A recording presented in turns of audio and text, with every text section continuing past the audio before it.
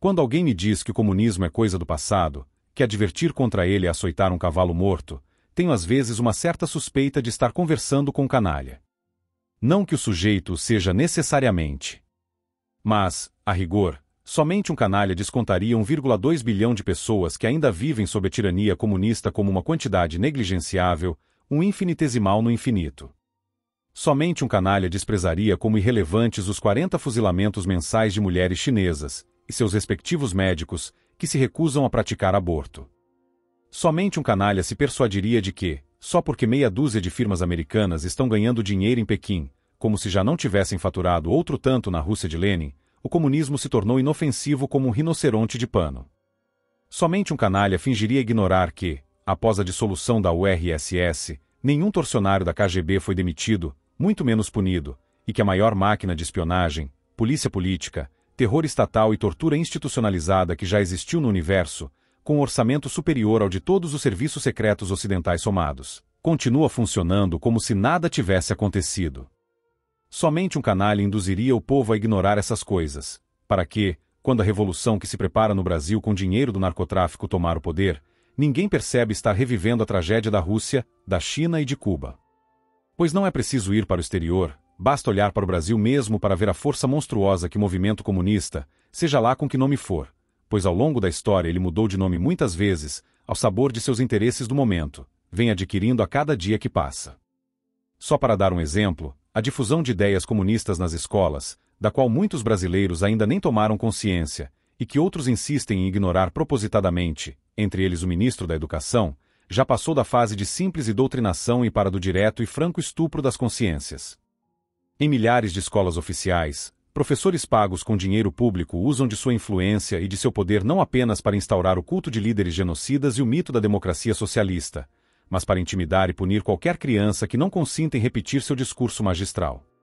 A mais leve divergência, às vezes a simples dúvida, sujeitam o aluno ao constrangimento diante dos colegas, incutindo nele o temor pelo futuro da sua carreira escolar e profissional.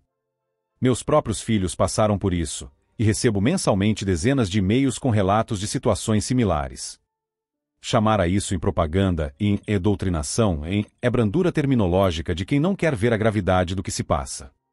E o que se passa é que o terrorismo psicológico já impôs seu domínio sobre os corações infantis, preparando-os para aceitar, como coisa normal, inevitável e até boa, um governo de assassinos e psicopatas como aquele que ainda vigora em Cuba e que já vigora nas regiões sob o domínio das Farc. Em face disso, os brasileiros reagem, encobrindo fatos com palavras, amortecendo a consciência do perigo mediante chavões soporíferos, exibindo aquele ar de calma fingida que trai o medo, o pavor de encarar a realidade. Direi que isso é ingenuidade? Não. A ingenuidade não tem a astúcia verbal requerida para tamanho auto-engano. Um leitor, todo empombado de falsa ciência, me escreve que o comunismo não foi mais violento do que as guerras de religião, o Santo Ofício, a queima de bruxas ou a noite de S. Bartolomeu. Com aquele ar sabitudo de professorzinho de ginásio, cita o horror de Montaigne ante a crueldade das guerras civis de seu tempo e conclui que a violência sempre esteve presente nas diferentes fases da história. Nada como uma frase feita para um brasileiro brilhar falando do que não sabe. Nada como um belo chavão para igualar, numa pasta verbal uniforme, as mais prodigiosas diferenças. A Inquisição Espanhola, o tribunal mais cruel de que se teve notícia antes do século XX, matou 20.000 pessoas ao longo de 4 séculos. O governo leninista completou cifra idêntica em poucas semanas. Ademais, quase todos os exemplos de crueldade e massa observados ao longo da história se deram por ocasião de guerras, seja entre estados, tribos ou grupos religiosos. A repressão soviética foi o primeiro caso de violência estatal permanente contra cidadãos desarmados, em tempo de paz. O exemplo proliferou.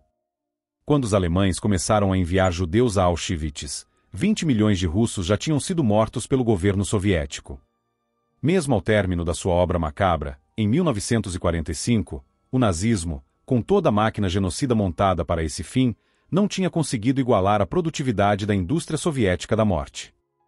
Sob qualquer aspecto que se examine, o socialismo não é de maneira alguma uma ideia decente, que se possa discutir tranquilamente como alternativa viável para um país, ou que se possa, sem crime de pedofilia intelectual, incutir em crianças nas escolas.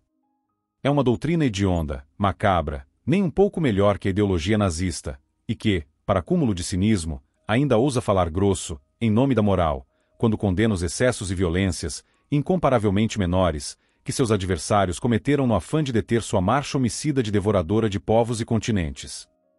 Tão logo aceitamos a lógica infernal da sua propaganda, obscurecemos nossa inteligência, perdemos o senso da verdade e o senso das proporções. Perdemos até o senso do antes e do depois. Incutem-nos, por exemplo, a noção de que a guerrilha brasileira foi a única saída que lhes foi deixada pelo governo repressor que, em 31 de março de 1964, fechou todas as portas à oposição legal. Mas como pode ter sido isso, se a guerrilha começou em 1961, sempre dirigida e financiada desde Cuba?